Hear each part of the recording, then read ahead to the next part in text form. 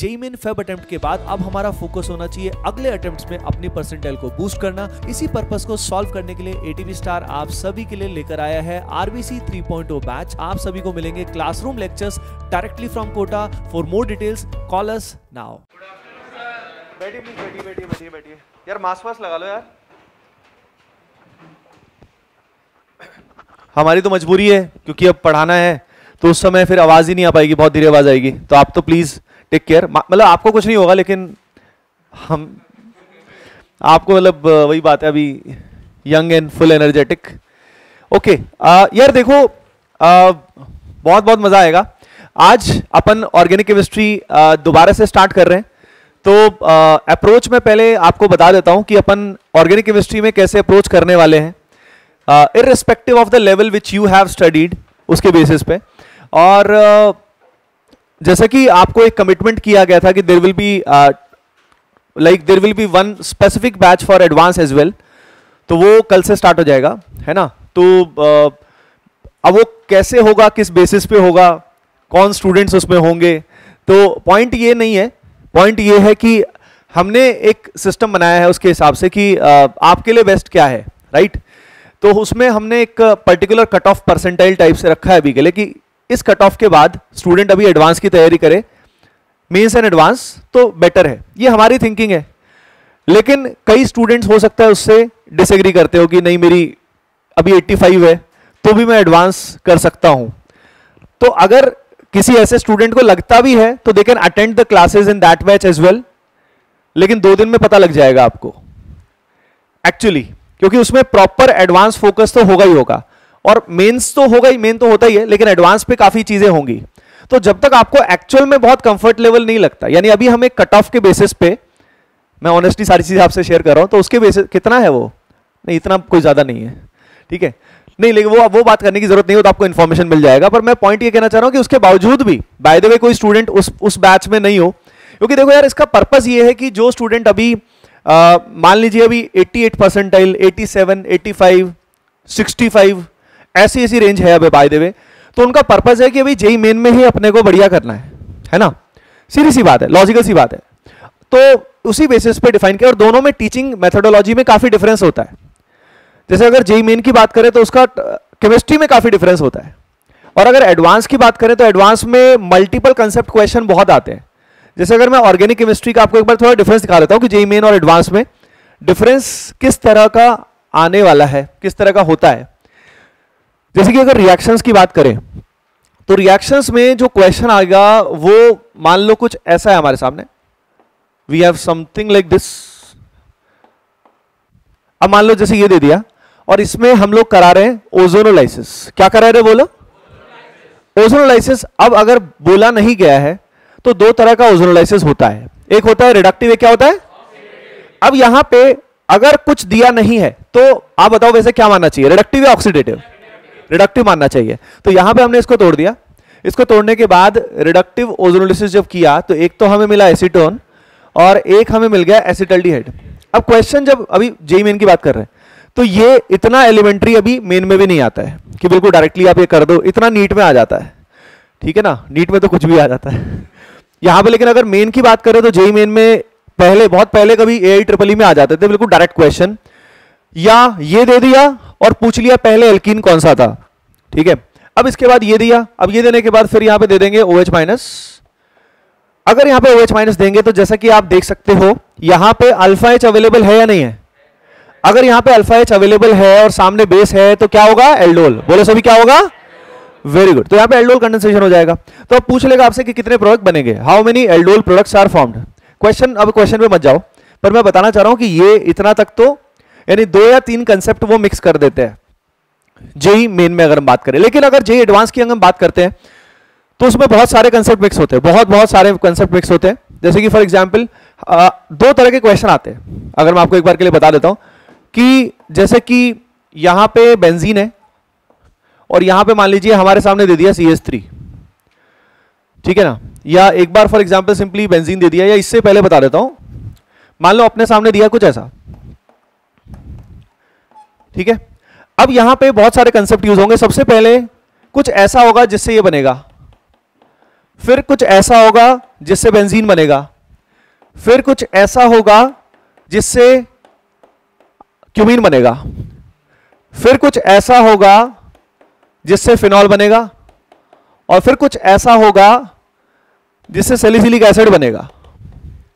Now the point is, अब ये जो है ना, ये भी एक तरह से, इससे भी बहुत अच्छे क्वेश्चन आते हैं, ये भी उसका मतलब एक पार्ट मान लो आप छोटा सा। तो यहां पे एडवांस शुरू होता है। एडवांस में ऑर्गेनिक केमिस्ट्री में अच्छा क्वेश्चन करने के लिए आपको सारे के सारे रिएक्शन टिप्स पे होने चाहिए। बहुत डीप में जानने की जरूरत नहीं होती। जैसे हम रिएक्शंस को बहुत डीप में जानते हैं ना, कई बार किस रिएक्शन में क्या क्या हो रहा है, किसने इलेक्ट्रॉन कहां दिया, फिर कीटायन बन गया, फिर रीअरेंज हो गया, रेडिकल बना, क्या क्या हुआ, बहुत डिटेल में हम कई बार चले जाते हैं। आजकल जो ट्रेंड चल रहा है, मैकेनिज्म वाइज बहुत डिटेल्ड में क्वेश्चन नहीं आते। वो क्या करते हैं, बहुत सारी रिएक्शन को बस मिक्स करते हैं। तो अगर आपको ऐसे क्वेश्चंस की प्रैक्टिस है जिनमें बहुत सारी रिएक्शन, 10 रिएक्शन, 15 रिएक्शन, 20 रिएक्शन आ रखी है कि क्वेश्चन में, और आप सबको हैंडल करने के काबिल हैं, तो दिक्कत नहीं है। यानी उसमें आपको बहुत सारे रिएजेंट दिए जाएंगे, एक साथ LAH भी दे देंगे, PCC भी दे देंगे, NBS भी दे देंगे, बहुत सारे रिएजेंट आपको दे देंगे। तो जैसे यहां पे अगर हम बात करें तो आपको सबसे पहले वो देंगे एलिमिनेशन रिएक्शन। क्या देंगे वो? एलिमिनेशन। एलिमिनेशन में अगर मैं बात करूं तो सबसे पहले आएगा एल्कोहलिक KOH, फिर क्या आएगा? सोडामाइड। एल्कोहलिक KOH फिर क्या आएगा? सोडामाइड। एलिमिनेशन यहां पे हो गया, ये बन गया एल्काइन। एल्काइन बनने के बाद अगर हमें एरोमेटाइजेशन करना है, बहुत ही फेमस रिएक्शन है, आयरन या कॉपर, रेड हॉट ट्यूब लेते हैं अपन, ऐसे केस में सिलिंड्रिकल ट्यूब लेते हैं, ये बन गया बेंजीन। बेंजीन बनने के बाद अगर हमें यहां पे क्यूमीन बनाना है, अगर यहां पे हमें क्यूमीन बनाना है, तो ऐसे केस में हमें फ्रिडल क्राफ्ट रिएक्शन करना होगा। क्या? फ्रिडल क्राफ्ट रिएक्शन हमें करना होगा। और भी बहुत सारे तरीके हैं, जैसे फॉर एग्जांपल एल्कीन लिया, उसके साथ H+ लिया, या फॉर एग्जांपल हमने अल्कोहल लिया, उसके साथ कोई लुईस एसिड लिया। पर अभी क्वेश्चन के अंदर नहीं फंस रहे अपन, अभी आज स्टार्ट अपन कर रहे हैं IUPAC GOC, उसी में जाएंगे। पर मैं आपको अप्रोच का डिफरेंस बता रहा हूं कि हर सब्जेक्ट में, इसलिए अप्रोच में बहुत डिफरेंस होता है। तो अगर किसी का अभी टारगेट जेईई मेन में ही अच्छा करना है तो उसको उसी तरह के क्वेश्चंस की ही प्रैक्टिस ज्यादा करनी चाहिए। और अगर किसी का टारगेट दोनों को बैलेंस करना या एडवांस स्पेसिफिक करना है तो उसको इस तरह के क्वेश्चंस की प्रैक्टिस ज्यादा चाहिए होगी। इसीलिए दोनों बैचेस में ये अप्रोच का डिफरेंस होगा। ऐसा नहीं होगा कि कोई जो इस बैच में है, या मतलब जो जेईई मेन स्पेसिफिक ज्यादा फोकस करेंगे, उसमें वो उसको कुछ कम लेवल मिलेगा। नहीं, जेईई मेन का लेवल कम है क्या?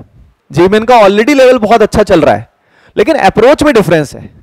तो इसलिए ये अंडरस्टैंड आप सभी को अपने आप से करना है, समझदारी से, राइट? कि जो भी आपके लिए सोचा गया है वो अच्छे सोचा गया है। बाकी आप जो मतलब बाय द वे किस जेईई मेन बैच में भी है और वो अगर एडवांस पढ़ना चाहता है तो they are free, they can attend, कोई दिक्कत नहीं है, राइट? ओके, चलो अब शुरू करते हैं, फिर आज की कहानी स्टार्ट करते हैं। क्वेश्चंस तो करेंगे, उससे पहले कुछ लाइक जैसे हमने बोला भी था कि थोड़ा इंपॉर्टेंट की पॉइंट जो है वो रिवाइज भी होंगे थ्योरी के, और उसके साथ साथ कुछ क्वेश्चंस करेंगे तो मजा आएगा। तो आप सभी कॉपी अपनी उसमें हेडिंग लगाओ जल्दी से, everyone IUPAC and GOC heading लगाइए सभी के सभी।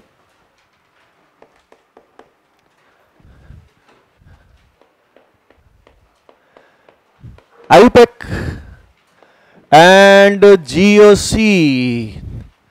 देखो यार, सबसे पहले बात करते हैं IUPAC की।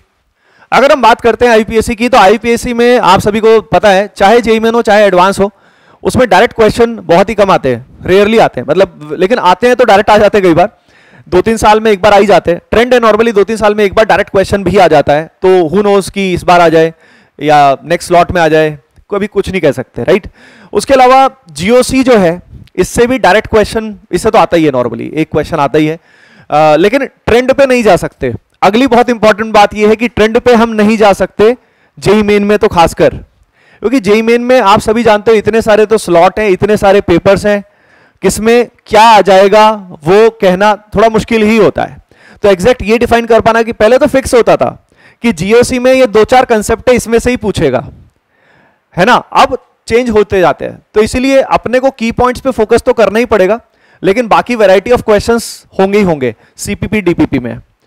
अब जैसे सबसे पहले IUPAC की बात करते हैं और उसके साथ साथ GOC की बात करेंगे। IUPAC पे बहुत ज्यादा टाइम स्पेंड नहीं करेंगे, मेनली प्रैक्टिस करेंगे, उससे क्लियर हो जाएगा। देखो यार, IUPAC नेम में अगर मैं आपको बताऊं, एक तो हो गया IUPAC खुद, एक दूसरा हो गया कॉमन नेम, दूसरा कौन सा हो गया, कॉमन नेम।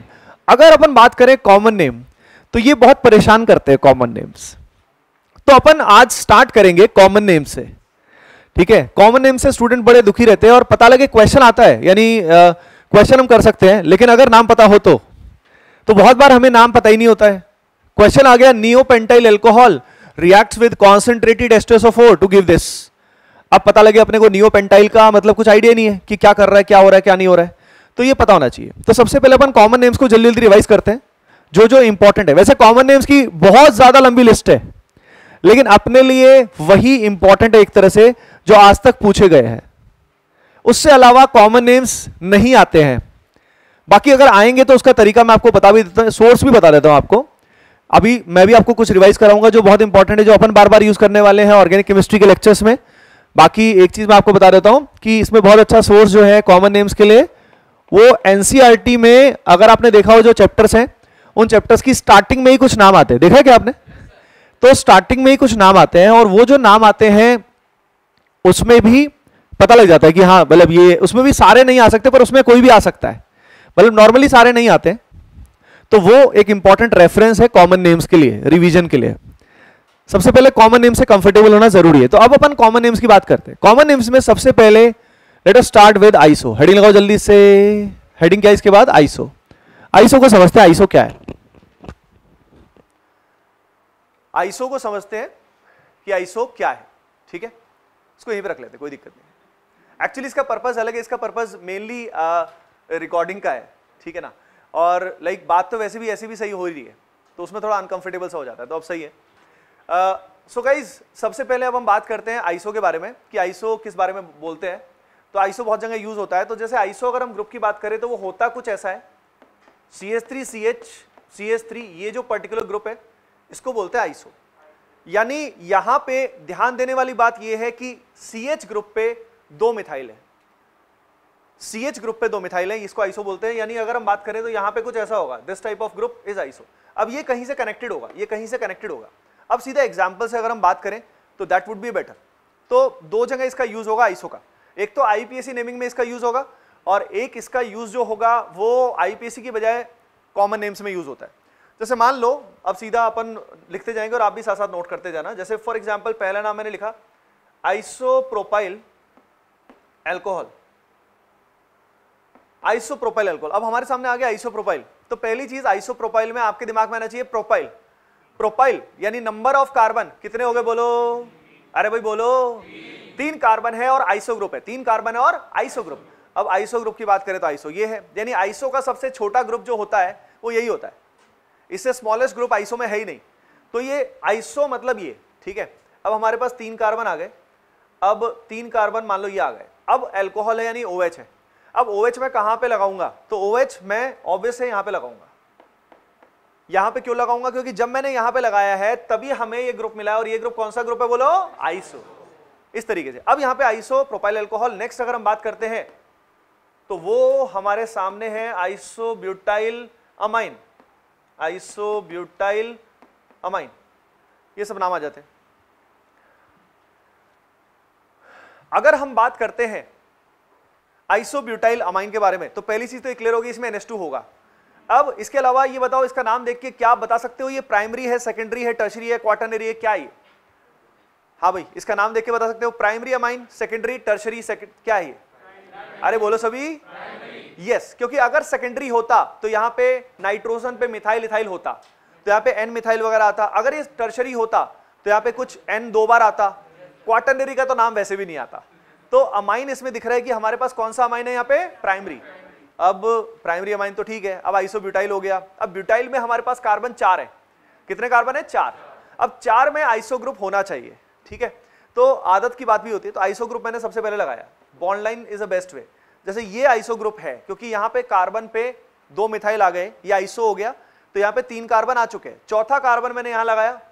अब सवाल ये है कि मैं NH2 को कहाँ पे लगाऊंगा, NH2 को मैं यहाँ लगाऊं या राइट में लगाऊं? कहाँ पे लगाऊंगा, राइट में, क्योंकि जब मैंने यहाँ पे NH2 को लगाया तो हमने आइसो ग्रुप को यहाँ पाया। अगर मैं यहाँ पे लगाता तो मुझे आइसो ग्रुप नहीं मिल पाता, यहाँ पे मुझे आइसो ग्रुप मिल गया। तो आइसो ग्रुप बिल्कुल क्लियर दिखना चाहिए। अगर यहाँ पे मैंने NH2 लगाया तो फिर ये ग्रुप आइसो नहीं रहेगा, इसी तरीके से जल्दी से आइसोब्यूटाइल अल्कोहल बनाओ। Next isobutyl alcohol, isobutyl alcohol, isobutyl alcohol.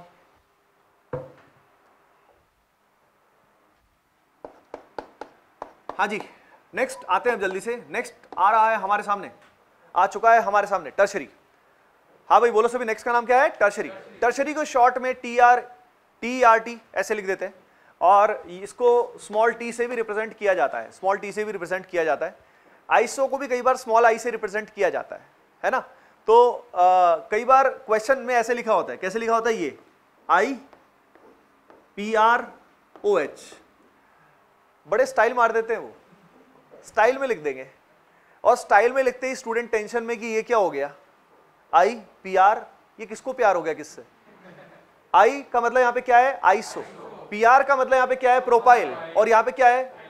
Basically इसको दारू से बहुत मोहब्बत है, IPROH। तो यहाँ पे आइसोप्रोपाइल अल्कोहल, यानी उसी को लिखने का अलग तरीका है। अब अगली अगर हम बात करें तो यहाँ पे नेक्स्ट हमारे सामने टर्शरी है। तो यहाँ पे टर्शरी है क्या, उसको देखो, सिर्फ ये जैसे रटा, इसको रटने से फायदा नहीं है, इसको बार बार यूज करोगे अपने आप कंफर्टेबल हो जाओगे। जैसे कि मैं सीधा एग्जांपल लूंगा, जैसे कि सबसे पहले मैं लेता हूं टर्शरी ब्यूटाइल क्लोराइड। लिख लो सभी, tertiary butyl chloride, T butyl chloride भी लिख सकते हो, कोई दिक्कत नहीं है, शॉर्ट में लिखो टी ब्यूटाइल क्लोराइड या टर्शरी ब्यूटाइल क्लोराइड। अगर हम इसकी बात करते हैं तो यहां पे ये जो पर्टिकुलर ग्रुप है ये होता है, दिस वन इज, ये होता है टर्शरी ब्यूटाइल। सबसे पहली बात, टर्शरी ब्यूटाइल की अगर मैं बात करता हूं तो क्या, तो टर्शरी के अंदर ब्यूटाइल दिया हुआ है, तो यानी ब्यूटाइल का मतलब कार्बन कितने हुए? 4, तो 4 कार्बन तो यहां है ही। टर्शरी का मतलब कार्बन की डिग्री क्या होनी चाहिए? 3। तो भाई दिख रहा है कि ये कार्बन जो है इसकी डिग्री जो है वो क्या है? 3। अब बात यह है कि टर्शरी ब्यूटाइल के अलावा क्या टर्शरी पेंटाइल या टर्शरी हेक्साइल या ऐसा कुछ हो सकता है? नहीं हो सकता। यानी 3 डिग्री तो और भी बहुत जगह हो सकता है, जैसे मान लो ऐसा कुछ है, ये आ गया, अब ये आ गया तो ये भी तो टर्शरी है, लेकिन यहां पे टर्शरी यूज नहीं होता। तो टर्शरी सिर्फ और सिर्फ कहां पे यूज होगा? बोलो ब्यूटाइल, बोलो सभी, वेरी गुड। तो टर्शरी ब्यूटाइल में ही आएगा। आपने देखा भी होगा है ना कि टर्शरी मतलब हमेशा ब्यूटाइल में, आइसो में आ जाता है, आइसो में ब्यूटाइल, आइसोप्रोपाइल आ जाता है, सब में सब कुछ नहीं आता है। तो टर्शरी ब्यूटाइल के लिए ही यूज करते हैं। यानी अगर टर्शरी ब्यूटाइल अल्कोहल आएगा तो मैं यहां पे जहां Cl है वहां पे क्या आएगा? OH। अगर यहां पे टर्शरी ब्यूटाइल अमाइन आएगा तो यहां पे क्या आएगा? बोलो, बस ये फंडा। इस तरीके से अपन करते हैं। तो ये हो गया टर्शरी का खेल। तो टर्शरी में किसी को घबराने की जरूरत नहीं है। इसका रिप्रेजेंटेशन जैसे कि मान लो TBuO-, बहुत ही फेमस रिएजेंट है, बहुत ही फेमस रिएजेंट है। इसका नाम बोलो क्या होता है?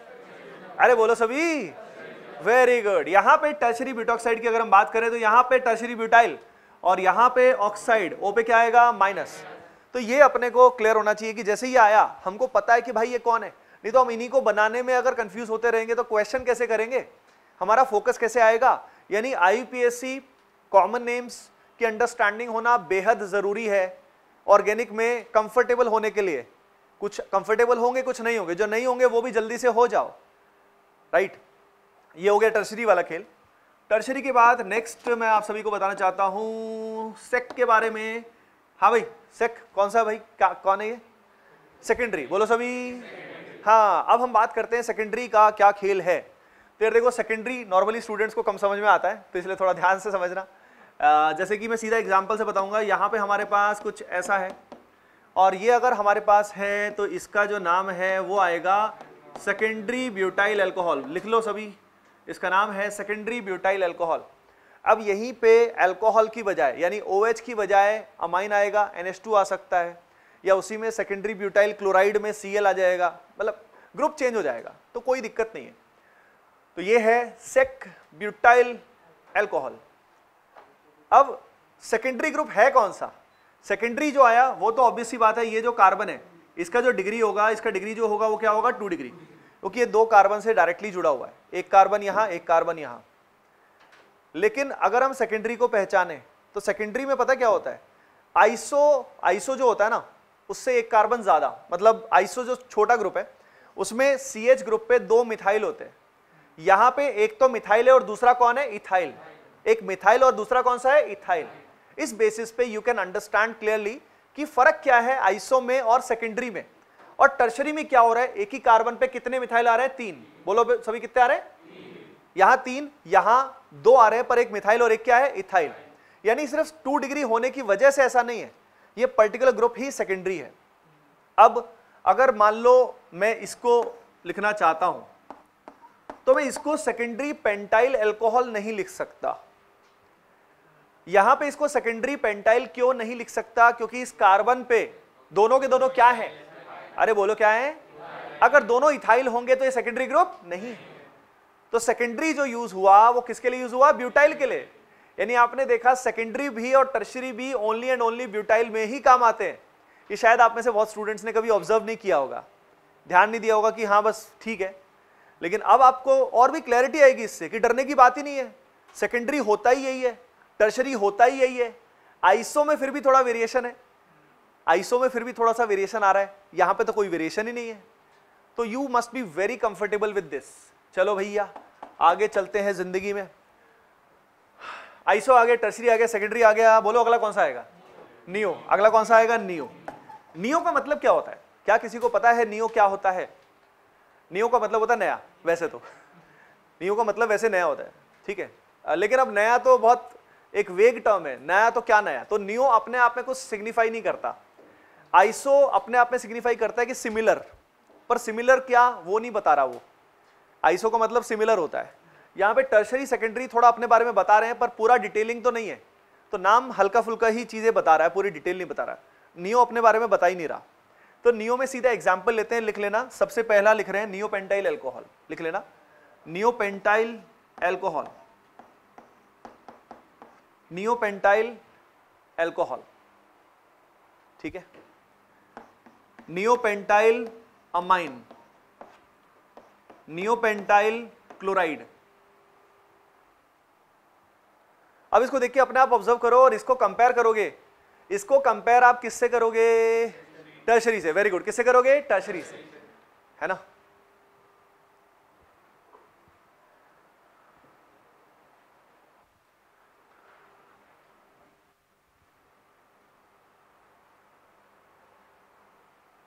तो यहां पे अगर हम इसको टर्शरी से कंपेयर करेंगे तो आपको इसमें क्लियरली दिख जाएगा कि टर्शरी ग्रुप कुछ ऐसा था जिसमें एक कार्बन पे कितने मिथाइल थे, 3। कितने थे बोलो।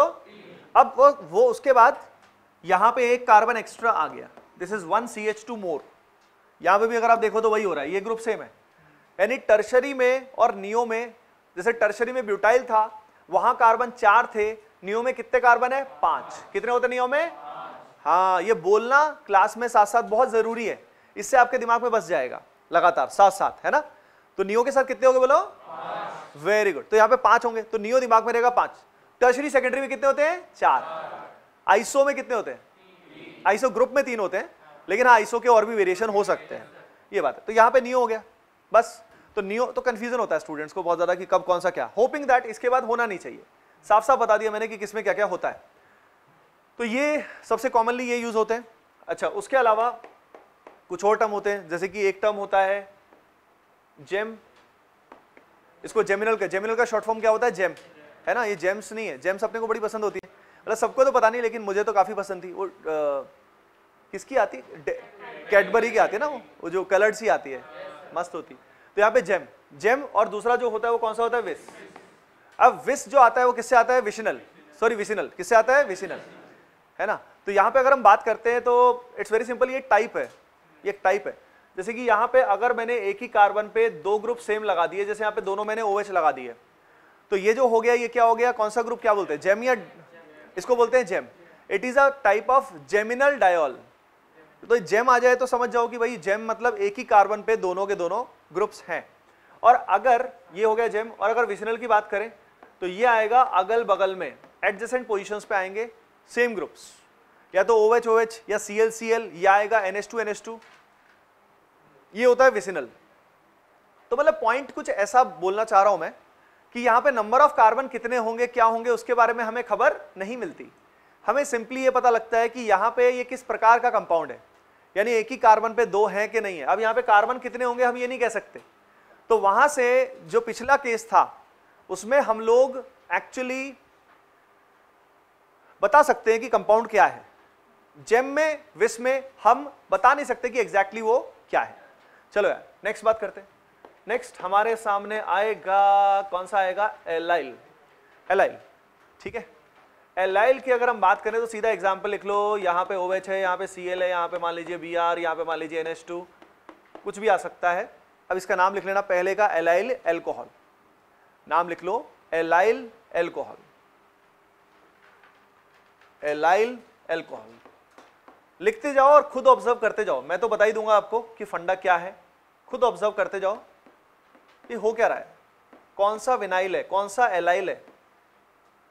जैसे यहां पे अगर आप ऑब्जर्व करोगे तो यहां पे जो डबल बॉन्ड है, यानी जो ये एल्कीन टाइप की चीज है, उसके बगल वाला जो ये कार्बन होता है, दिस कार्बन, क्या बोलते हैं इसको, हाँ इसको बोला जाता है एलाइलिक कार्बन। तो एलाइलिक कार्बन पे कुछ कुछ लगाते रहोगे तो allyl alcohol, allyl chloride, allyl bromide, allyl amine, ये सारे टर्म एलाइल यूज हो जाएंगे। तो ये टर्म आना चाहिए अपने को। नेक्स्ट करते जाओ, खुद ऑब्जर्व करते जाओ।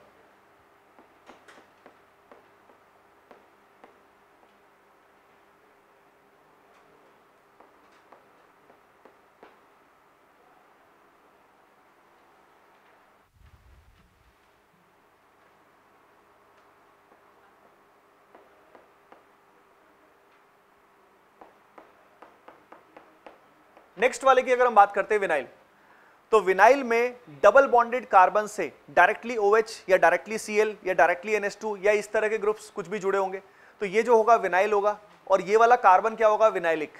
कई बार क्वेश्चन आ जाता है कि विनाइल क्लोराइड SN2 करेगा या नहीं करेगा। क्वेश्चन में आ गया कि which of the following are most reactive towards SN2। Most reactive में एक आ गया विनाइल क्लोराइड, एक आ गया एलाइल क्लोराइड, एक कुछ और आ गया। तो अगर आपको नाम नहीं पता कि एलाइल कौन सा है, विनाइल कौन सा है, तो वही सोचते रह जाओगे। वो सोचने में ही तुम्हारा 1-2 मिनट लग जाएगा। अरे भाई इतना टाइम थोड़ी होता है। अगर आप कॉमन नेम से कंफर्टेबल हो तो आप खट से एलाइल बनाओगे, खट से विनाइल बनाओगे। पता लगे आपको रिएक्शन वाला पार्ट आता है, आपको SN2 आता है, आपको या SN1 आपको आता है, आपको पता है कि SN1 के कंपैरिजन में, हाँ भाई याद है SN1 में रेट कंपेयर किससे करते हैं, कैटायन की स्टेबिलिटी, है ना। SN1 में रेट सबसे इंपॉर्टेंट फैक्टर है कार्बोकैटायन की स्टेबिलिटी। SN2 में रेट में सबसे इंपॉर्टेंट क्या है, बल्कीनेस, स्टेरिक हिंड्रेंस। अगर हम बल्कीनेस या स्टेरिक एक ही बात है, तो वो फैक्टर अपने को पता है, लेकिन अगर नाम नहीं पता तो कैसे काम चलेगा। तो नाम का यूज ऐसे होता है, क्वेश्चंस में बहुत बार होता है। ओके, नेक्स्ट जो है विनाइल के बाद नेक्स्ट अगर हम बात करें तो वो कौन सा है, बेंजाइल। बेंजाइल की अगर हम बात करें तो बेंजीन से जुड़ा हुआ यहां पे जो ग्रुप है ये पर्टिकुलर क्या है, बेंजाइल। ये बेंजाइलिक कार्बन है, यहां पे बेंजीन पे CH2, याद रखिए CH2 होगा तभी बेंजाइल आएगा। अगर यहीं पे CH2 की बजाय CH रह गया, यानी एक और Cl आ गया, ठीक है, हाँ, तब ये चेंज हो जाएंगे नाम। अगर यहाँ पे तीनों कुछ और आ गए तो नाम कुछ और चेंज हो जाएंगे, ठीक है ना, बेंजल, बेंजो। तो यहाँ पे लेकिन इससे सबसे इंपॉर्टेंट अगर बात करें तो कौन सा है, बेंजाइल। वो अपने को पता होना ही चाहिए कि दिस इज बेंजाइल। चलो यार अब ये बताओ कॉमन नेम्स में जो इस तरह से प्रीफिक्स बहुत बार यूज, ये सारे के सारे जो अगर बात करें तो क्या है, प्रीफिक्स है, कॉमन नेम्स के प्रीफिक्स हैं ये, मतलब इनकी हेल्प से हम कॉमन नेम आइडेंटिफाई कर सकते हैं कि क्या है। अब एक बात बताओ, इसके बाद अगर कॉमन में वैसे तो बहुत सारी चीजें होती हैं, एक्राइल भी होता है, क्रोटोन भी होता है, लेकिन हाँ एक्राइल खास तौर पे ऐसे तो पाइवेल्डिहाइड भी होता है, बहुत सारी चीजें होती हैं, लेकिन अपने को अननेसेसरी में नहीं फंसना है क्योंकि कॉमन नेम्स की कोई मतलब वो नहीं, अपन इंपॉर्टेंट पे फोकस करते हैं। रेफरेंस आप ऊपर लिख ही लेना, रेफरेंस अपने लिए सबसे इंपॉर्टेंट है NCERT, even for JEE Advanced as well. Common names के लिए सबसे अच्छा रेफरेंस वही है, ठीक है। और जो जो मैं बोलता जाऊं वो करते जाना, that would be more than enough, ठीक है ना। उसके साथ आपका मतलब सेटिंग चलती रहेगी। जैसे अभी स्टार्टिंग में अपन बेस बना रहे एक बार के लिए, दोबारा से अपना बेस जैसा भी रहा है आपका, आपकी what ever your percentile is, अपने को अपना और बेटर करना है ना, तो बेटर करने के लिए क्या क्या करना है वो मैं आपको बताता रहूंगा। नेक्स्ट अब हम बात करते हैं कि भाई ये एक्राइल का क्या खेल है, व्हाट इज दिस एक्राइल। तो एक्राइल बड़ा इंटरेस्टिंग है। जैसे यहाँ पे CH2 डबल बॉन्ड CH है और यहाँ पे मान लीजिए हमने लगा दिया साइनाइड, या मान लीजिए हमने यहाँ पे लगा दिया COH, या मान लीजिए हमने यहाँ पे लगा दिया है CHO। तो भाई बात ऐसी है कि यहाँ पे अगर आप नोटिस करोगे तो ये जो ग्रुप्स हैं ये सारे के सारे क्या हैं, कार्बन कंटेनिंग। क्या है बोलो, ये कार्बन कंटेनिंग। यानी ये लग तो विनाइल जैसा रहा है, यानी एक्राइल कैसा होता है, विनाइल जैसा सही होता है। लेकिन अगर हम इसकी बात करें तो यहाँ पे विनाइल की बजाय ये मतलब हेलोजन वगैरह नहीं है, NH2 नहीं है, OH नहीं है, कार्बन कंटेनिंग फंक्शनल ग्रुप है। यानी it is similar to vinyl. लिख लो जल्दी से, it is similar to vinyl, it is similar to vinyl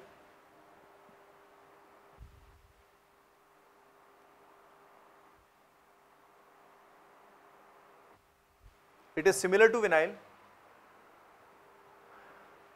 but it is valid for carbon containing functional groups, but it is valid for carbon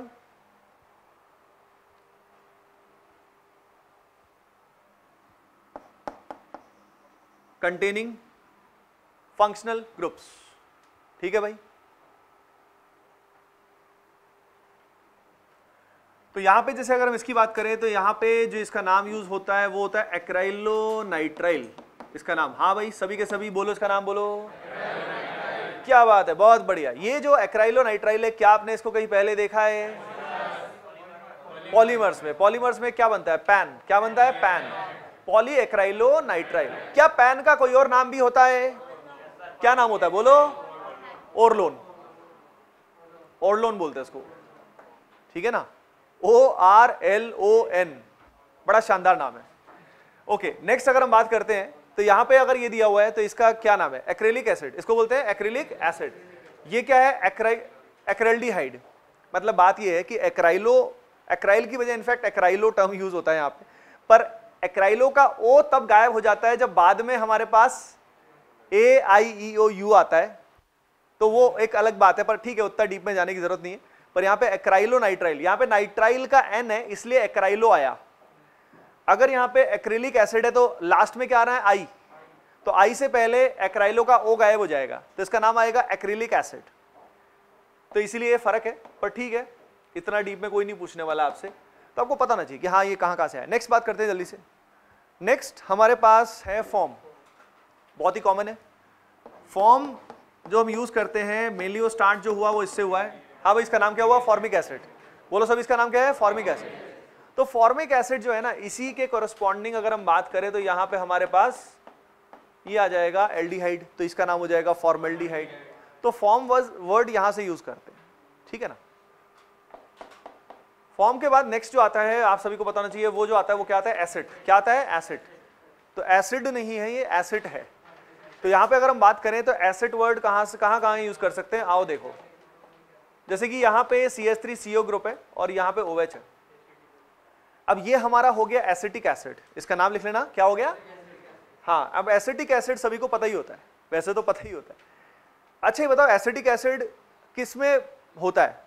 किस ऐसे vinegar किस में होता है? विनेगर। तो ये एसिटिक एसिड हो गया। अब यहीं पे इसी का वेरिएशन देखो, अब यहीं पे हमने क्या ले लिया? CH3CHO। तो ये हमारे लिए क्या हो गया बोलो? क्या हो गया ये? हाँ, इसके अलावा अगर हम बात करते हैं ये यहाँ पे कार्बन एक बढ़ गया, इसका नाम क्या है? एसीटोन। अब यहाँ 3 हो गए, तो अगर हम देखें तो एसीटोन नाम से पता लग जाता है कि ये कीटोन है, नाम से पता लग जाता है कीटोन है। कीटोन में दोनों तरफ कार्बन होने ही चाहिए। तो अगर हमारे पास ये जो पर्टिकुलर ग्रुप है एसिड वाला, और अगर एसीटोन है तो अंडरस्टूड है एक कार्बन और तो होगा ही होगा, तो एसीटोन में भी ये चीज वैलिड है। तो आपको फॉर्म पता लग गया, एसिड पता लग गया। अच्छा बताओ 3 अगर होते हैं, 3 के हिसाब से क्या आपको कुछ आइडिया है? अगर 3 कार्बन, या तो एक कार्बन वाला बात फॉर्म था, फिर एसिड था, इससे अगला, या 4 हो तो क्या करेंगे? प्रोपायो कुछ सुना? प्रोपायो नहीं, एक तो प्रोप तो होता है, प्रोपेनोइक और वो सब तो अलग बात है। यहाँ पे प्रोपायो यूज होता है।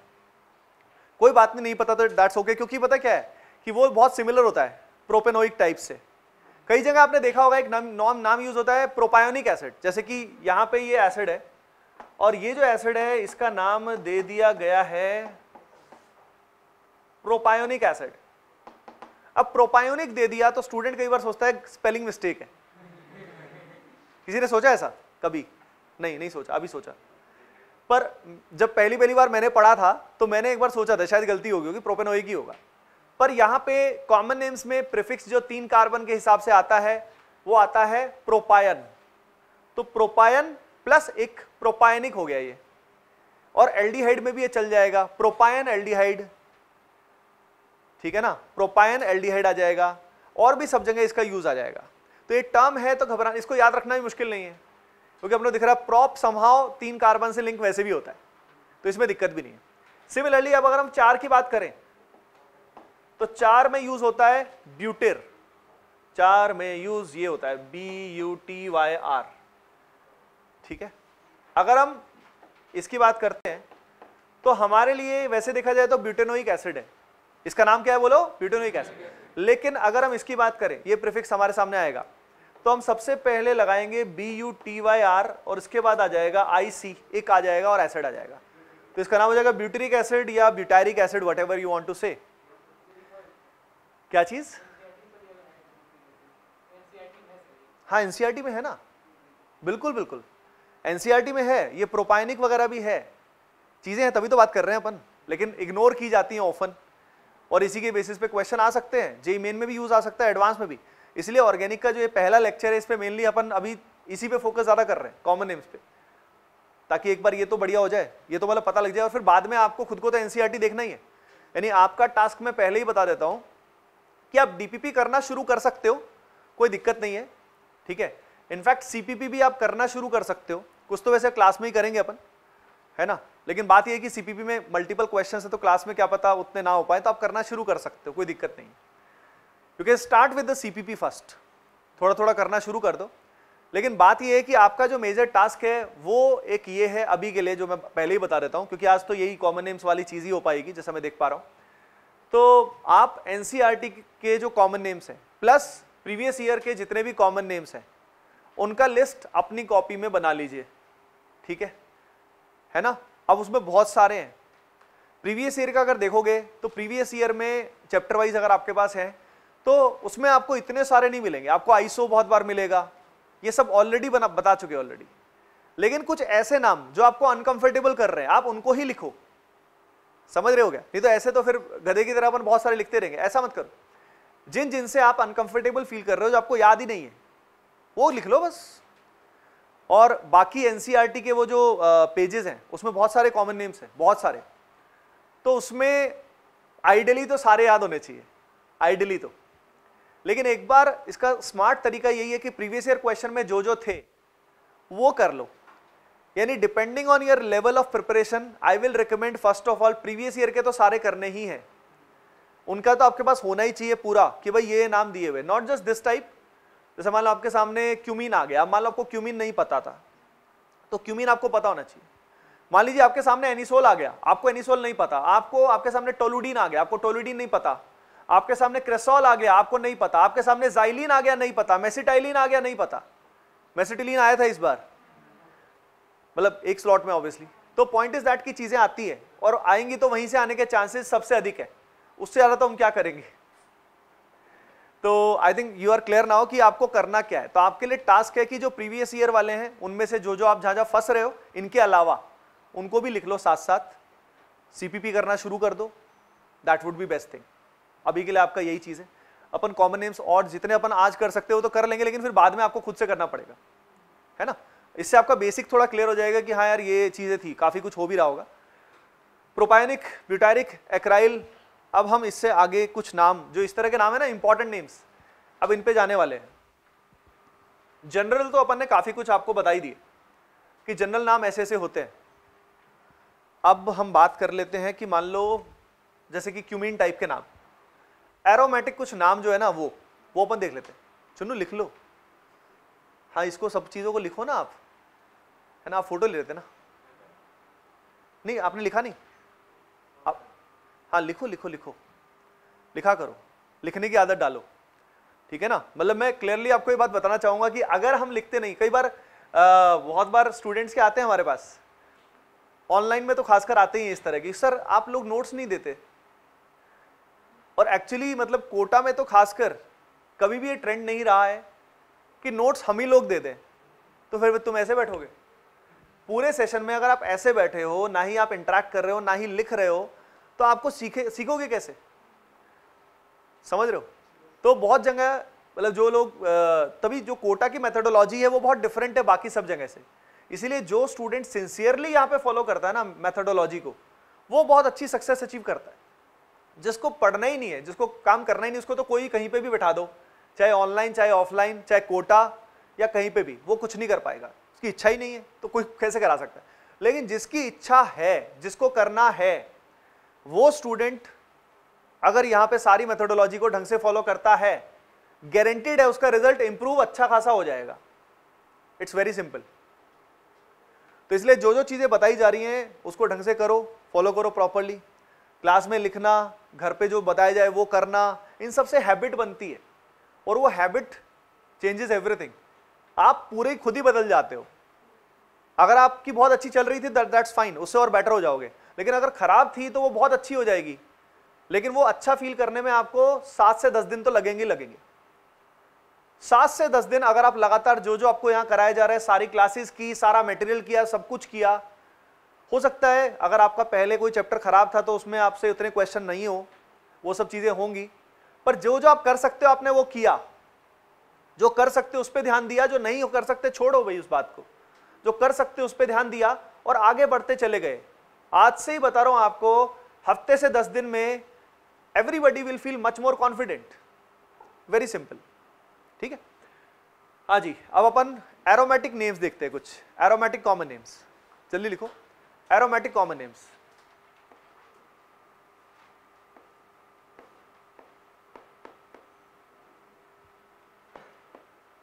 कुछ तो इतने ज्यादा कॉमन है कि सबको पता ही होंगे, बट स्टिल अपन स्पीड से लिख लेते हैं एक बार के लिए।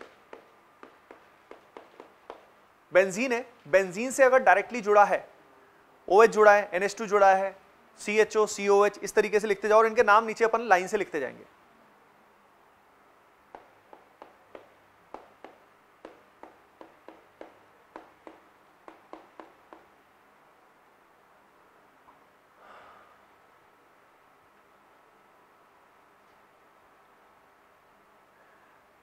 फिनॉल हो गया पहला, सभी को पता है फिनॉल। फिनॉल से अगला जो होता है क्या होता है? एनिलीन। क्या होता है? एनिलीन। एनिलीन से अगला क्या है? बेंजल्डिहाइड। ठीक है, लिखना जल्दी से, अगला है बेंजल्डिहाइड।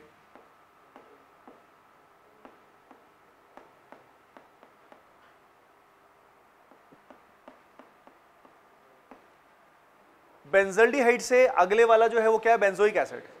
अच्छा, एक बात आपको बता देता हूं कि यहाँ पे बेंजल्डिहाइड, बेंजोइक एसिड, ये सब IUPAC नेम भी हैं। मतलब ये पहले कभी कॉमन नेम्स होते थे, लेकिन ये कॉमन नेम्स इतने ज्यादा कॉमन हो गए, यानी इतना ज्यादा यूज हो गया कि इनको IUPAC ने एक्सेप्ट कर लिया एज IUPAC नेम। जैसे फिनॉल, फिनॉल IUPAC नेम भी है, एनिलीन IUPAC नेम भी है। तो कई सारे ऐसे कॉमन नेम्स हैं जो पहले कॉमन नेम्स हुआ करते थे कभी, लेकिन आज वो IUPAC भी है। उनको एक और टर्म यूज होता है उनके लिए, PIN। PIN का मतलब क्या है? Preferred IUPAC name. ये टर्म भी यूज होता है, पर कोई बात नहीं। तो ये बेंजोइक एसिड, इसको क्या बोलते हैं? Benzoyl chloride. बोलो सभी। हाँ, बेंजोइल क्लोराइड। इसका नाम क्या होगा? बेंजामाइड। इसका नाम बोलो क्या है? Very good, very good, benzamide. लिखते जाओ, बहुत सारे नाम तो अभी हो जाएंगे। ये मान लो आपका काम कम होता जा रहा है, चैप्टर वाइज में आपको ज्यादातर इसमें काफी सारे इसी में से मिल जाएंगे।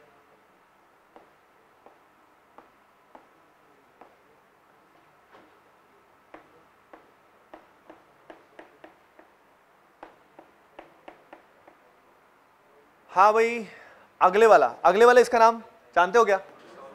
अरे बोलो, क्या बोलते हैं? क्रिसोल। इसको बोलते हैं क्रिसोल। लेकिन ये क्रिसोल कौन से वाला है? Ortho, meta, para. Ortho. Small o यहाँ पे लिखते हैं, स्मॉल ओ यहाँ पे लिखते हैं। तो इसी का मेटा वाला पोजीशन वाला भी होता है, पैरा वाला भी होता है, यानी 3 तरह के क्रिसोल होते हैं।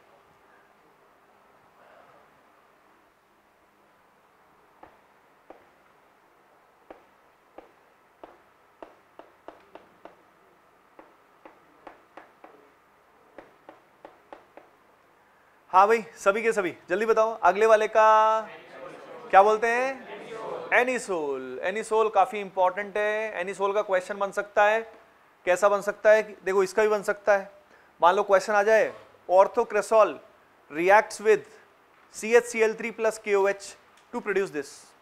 अब CHCl3 KOH और अगर ये रिएक्शन कराया तो रिएक्शन का नाम बोल सकते हो क्या? रेमर-टीमन रिएक्शन। क्या बोलते हैं उसको? रेमर-टीमन। तो इसके साथ फिनॉल आ गया, उसका वेरिएशन आ गया, तो रेमर-टीमन के चांस बहुत ज्यादा है।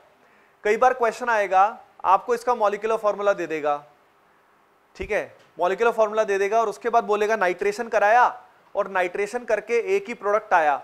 इस तरह के क्वेश्चंस भी आते हैं। तो उससे तो नाम अगर कंफर्टेबल नहीं होगे तो फंसते ही रहोगे।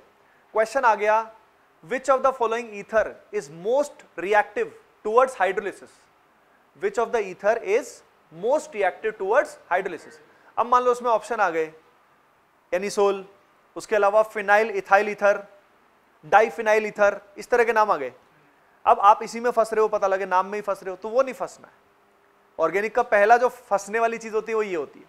आईपीएससी की अगर बात करें, आईपीएससी जो नेमिंग आता है वो एनसीईआरटी लेवल ही आता है, लेकिन उसी में डीप में पूछ लेते हैं कई बार, और उसमें एरोमेटिक की नेमिंग और साइक्लिक नेमिंग, यानी ये भी मैं होमवर्क में आपको बता ही देता हूं। एक तो मैंने बता दिया आपको चैप्टर वाइज जो प्रीवियस ईयर वाला है वो वही है सबसे इंपॉर्टेंट, और एनसीईआरटी रेफरेंस के लिए, एनसीईआरटी रेफरेंस के लिए मतलब एनसीईआरटी में जो भी चैप्टर्स हैं उनमें फ्रंट 2-3 पेज छोड़ के उसमें मतलब दिया हुआ है, नाम दिए हुए हैं, वो रेफरेंस हो गया। उसके अलावा एक और मैं बोल रहा था, एनसीईआरटी जो क्लास 11 वाली है पार्ट 2 जो है, उसमें जो नेमिंग दिया हुआ है साइक्लिक वगैरह खास तौर पे, यानी बहुत बड़े बड़े भयंकर नाम कम आते हैं। वैसे पिछली बार एडवांस में आया था, 2-3 फंक्शन ग्रुप टाइप से आए थे, पॉली फंक्शन ग्रुप वाला क्वेश्चन भी आया था, तो वो भी आ सकते हैं, लेकिन उतना काफी है। और प्रायोरिटी ऑर्डर जो है, जैसे जो अपना आईपीएससी का प्रायोरिटी ऑर्डर है, ये सब कर लेना, क्योंकि we can't do everything here, क्योंकि अपने पास लिमिटेड क्लासेस है। तो जो जो मुझे लगता है जो मैं कुछ अलग करा सकता हूं, जहां पे आप फंसे हुए होगे, वो ज्यादा कराऊंगा, ठीक है। हाँ, जैसे अभी अपन आईपीएससी जीओसी 3 में करने वाले, 3 लेक्चर्स में आईपीएससी जीओसी, और क्वेश्चंस भी तो करने हैं, तो आज एक बार बेस बनाना था आपका थोड़ा सा, तो इसलिए सारा कुछ कर रहे हैं। अच्छा, अगले वाले का नाम बताओ जल्दी से, अरे बोलो सभी। हाँ, अब ये बताओ क्या क्यूमीन से फिनॉल बनता है? बिल्कुल बनता है। उस रिएक्शन को क्या बोलते हैं? एक तो इसको बोलते हैं इंडस्ट्रियल प्रिपरेशन ऑफ फिनॉल, उसमें भी बनता है, बड़ी इंपॉर्टेंट रिएक्शन। अच्छा, नेक्स्ट वाले की अगर हम बात करते हैं, इसको बोलते हैं टोलुडीन, इसको बोलते हैं जाइलिन। क्या बोलते हैं इसको? जाइलिन। और जाइलिन में भी ओ आएगा, क्योंकि ये दोनों मिथाइल जो है ये ऑर्थो पोजीशन पे है, दोनों मिथाइल जो हैं they are at ortho position. Next वाले का, हाँ भाई नेक्स्ट वाले का नाम बोलो। अच्छा, ज्यादातर को नहीं पता है ना, तो इसका कम स्टूडेंट्स को पता होता है।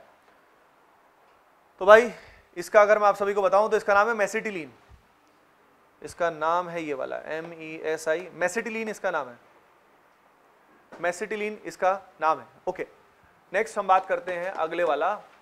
जैसे कि मान लो हमारे पास है यहाँ पे NH2 और यहाँ पे हमारे पास है मान लो CH3, बड़ा इंपॉर्टेंट नाम है ये। इसका जो नाम होता है ज़्यादातर को नहीं पता होता, इसको बोलते हैं टोलुडाइन या टोलुडीन बोल दो।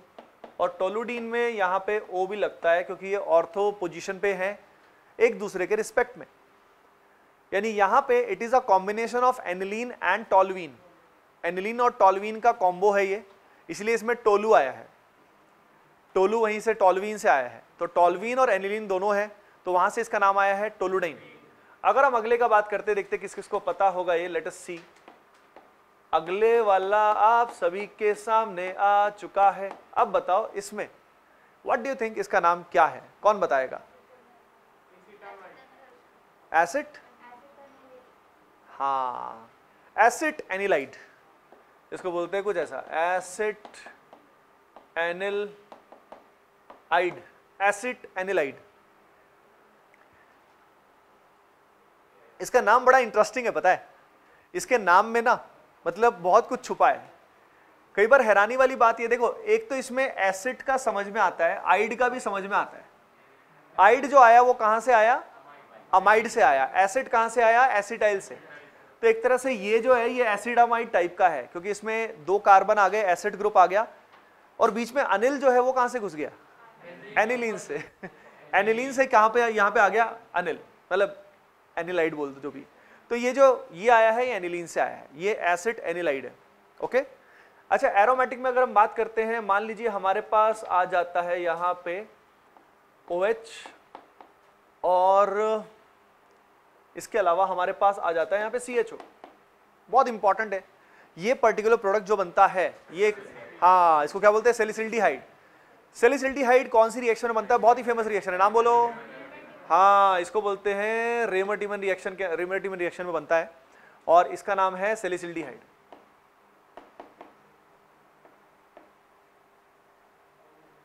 अब सैलिसिल्डिहाइड में यहीं पे थोड़ा सा वेरिएशन कर देते हैं, और यहां पे मुदित है ना, मुदित प्रफुल्ल, तो प्रफुल्ल यहां पे CHO अगर कन्वर्ट हो जाएगा COOH में, तो ये किसमें हो जाएगा, सैलिसिलिक एसिड। क्या होता है ये, सैलिसिलिक एसिड जो बनता है वो कौन सी रिएक्शन में बनता है, कोल्बे-श्मिट में। कौन सी में, कोल्बे-श्मिट। कोल्बेज रिएक्शन के अंदर क्या होता है, फिनॉल, और फिनॉल में क्या लेते हैं, CO2 प्लस NaOH। या तो साथ साथ लाता रहो ना, क्योंकि रिएक्शन वाला टच भी रहना चाहिए। ऐसा तो है नहीं कि अभी मतलब पूरा सिलेबस ही कर रहे हैं, तो साथ साथ बाद वाली चीजें भी हम थोड़ा सा डिस्कस कर लेंगे, अच्छा रहता है। तो यहां पे हमारे पास आ गया, अगर ये आ गया तो सैलिसिलिक एसिड हो गया, ठीक है। तो भाई एरोमेटिक में कैसे करते हैं, इसमें कैसे करते हैं। अब इसके अलावा रैंडम कॉमन नेम्स लिख लेना, रैंडम कॉमन नेम्स, इसमें कोई कहीं से कुछ भी आ सकता है, कोई मुंह उठा के आ जाएगा आपके सामने, तो टेंशन नहीं लेने का।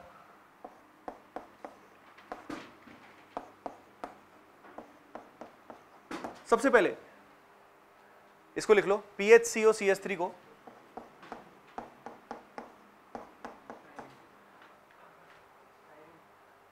नहीं चुनो यार, क्या कर रहे हो। एसिडोफिनॉन, इसका नाम है एसिडोफिनॉन।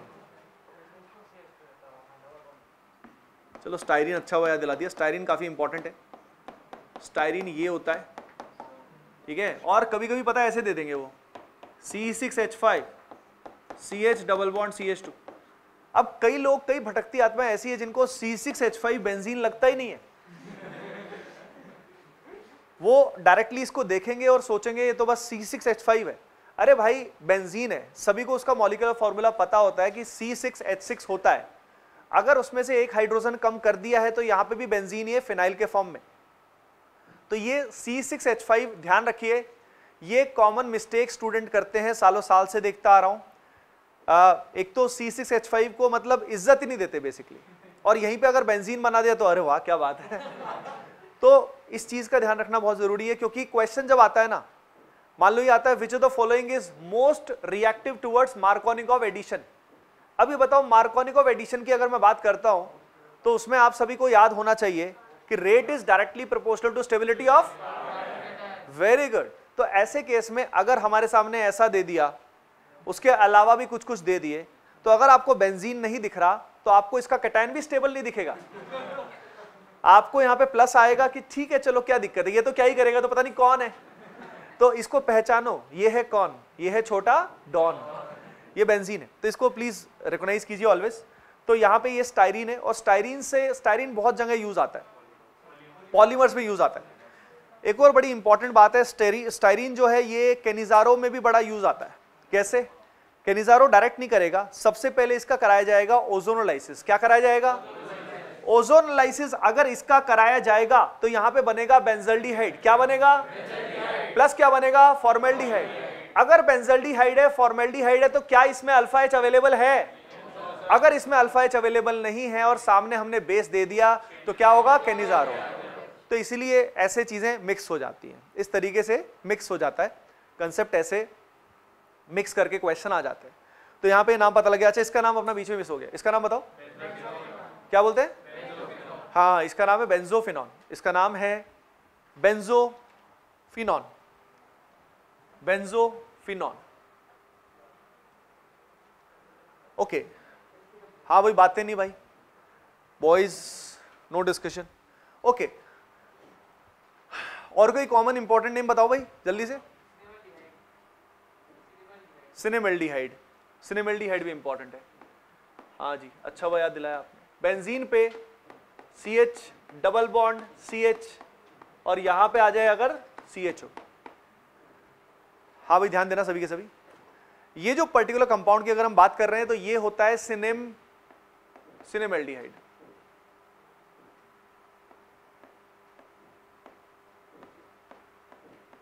इसी का एक और वेरिएशन है, अगर यहां पे CHO की बजाय COOH आ जाए तो इसको बोलते हैं सिनेमिक एसिड। क्या बोलते हैं? Cinnamic acid. और ये जो सिनेमिक एसिड है ये एक फेमस रिएक्शन के दौरान बनता है, एक फेमस रिएक्शन है उस दौरान वो बनता है, पर्किन कंडेंसेशन। तो पर्किन कंडेंसेशन जेई मेन में नहीं है, एडवांस में आती है, बहुत ही कॉमनली आती है। तो सिनेमिक एसिड लिख लेना, पर्किन कंडेंसेशन से रिलेटेड है। डायरेक्टली अपने को मतलब देखते ही याद आ जाना चाहिए, अच्छा ये बन रहा है क्या, ओ ये बन रहा है तो हो गया काम, ये बन रहा है तो पर्किन। अच्छा आप सभी को शायद याद हो, एल्डोल कंडेंसेशन जब हो जाता है तो एल्डोल कंडेंसेशन में अल्फा बीटा अनसैचुरेटेड एल्डिहाइड या कीटोन बनता है। दोबारा बता रहा हूं, एल्डोल कंडेंसेशन में अल्फा बीटा अनसैचुरेटेड एल्डिहाइड या कीटोन बनता है। मतलब ये हमारा अगर मेन फंक्शन ग्रुप है तो उसके रिस्पेक्ट में ये कार्बन क्या हुआ, अगला कौन सा हुआ, तो अल्फा बीटा में क्या हुआ, अनसैचुरेशन। अनसैचुरेशन में तो वहां पे एल्डोल के निजारों में क्या, एल्डोल में क्या बनता है, यहां एल्डिहाइड या कीटोन होता है। अगर यहीं पे पर्किन होता है तो यहीं पे अल्फा बीटा अनसैचुरेटेड एसिड बनता है। तो पर्किन एंड एल्डोल बहुत ज्यादा सिमिलर होती है, बहुत ज्यादा सिमिलर होती है। ठीक है, अंडरस्टूड। तो भाई ओवरऑल आज के लेक्चर का कंक्लूजन कर लेते हैं कि हमने क्या देखा और कैसे आपको अप्रोच करना है। मेन याद रखिए, मेरा काम होगा आपको पुश करना, ज्यादा मेहनत आपको ही करनी पड़ेगी, क्योंकि कॉमन नेम्स और भी हैं। इसीलिए मैंने आपको घर पे टास्क दिया कि आप सारे प्रीवियस ईयर क्वेश्चंस के अगर कर लोगे तो काफी सारे तो इसमें मैच हो जाएंगे। आइसो, नियो, टर्शरी, टोलुडीन और भी बहुत सारे कंपाउंड्स आपको दिख जाएंगे, लेकिन कुछ और भी आपको दिखेंगे जो आप नहीं जानते होंगे, और वो सबके अलग अलग होंगे, कुछ के ज्यादा कुछ के कम, तो वो कर लेना। ठीक है ना, मैं देख सकता हूं, ध्यान रखना। तो आप करके आना, ये करके आना, और CPP आप स्टार्ट कर सकते हो, क्योंकि अगली बार अपन कुछ ये मान लो 50% टाइम IUPAC पे लगा सकते हैं मैक्स, फिर GOC पे आ जाएंगे, क्योंकि GOC वाला पार्ट जो है वो इनफैक्ट ज्यादा इंपॉर्टेंट है। मतलब ये भी है, इसका इंपॉर्टेंस लेवल अलग तरह का है, इसका इंपॉर्टेंस लेवल जो है वो यूज में है। मान लो क्वेश्चन समझ में नहीं आया तो फिर क्वेश्चन करोगे कैसे, है ना। तो बस इस बात का ध्यान रखिए और CPP स्टार्ट कर दीजिए, और साथ साथ लेके जरूर आना, क्योंकि नेक्स्ट टाइम इससे क्वेश्चंस भी करेंगे। ओके, चलिए, ओके।